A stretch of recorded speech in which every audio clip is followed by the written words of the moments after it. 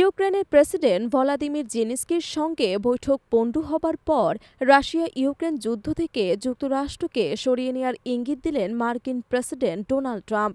নিজের সামাজিক যোগাযোগ মাধ্যম ট্রুথ সোশ্যালে পোস্ট করা এক বিবৃতিতে তিনি এই ইঙ্গিত দিয়েছেন। বিবৃতিতে ট্রাম্প বলেন, হোয়াইট হাউসে আমরা আজ খুবই গুরুত্বপূর্ণ অর্থপূর্ণ একটি বৈঠক করেছি। উত্তেজনা ও চাপে পরিপূর্ণ আলোচনা থেকে আজ আমি যা জেনেছি সে সম্পর্কে আগে জ্ঞাত ছিলাম না। আমি বেশ বিস্মিত হয়েছিলাম, কারণ যুক্তরাষ্ট্র যদি এ যুদ্ধে সংশ্লিষ্ট থাকে তাহলে প্রেসিডেন্ট জেলেনস্কি কখনো শান্তির জন্য প্রস্তুত হবে না।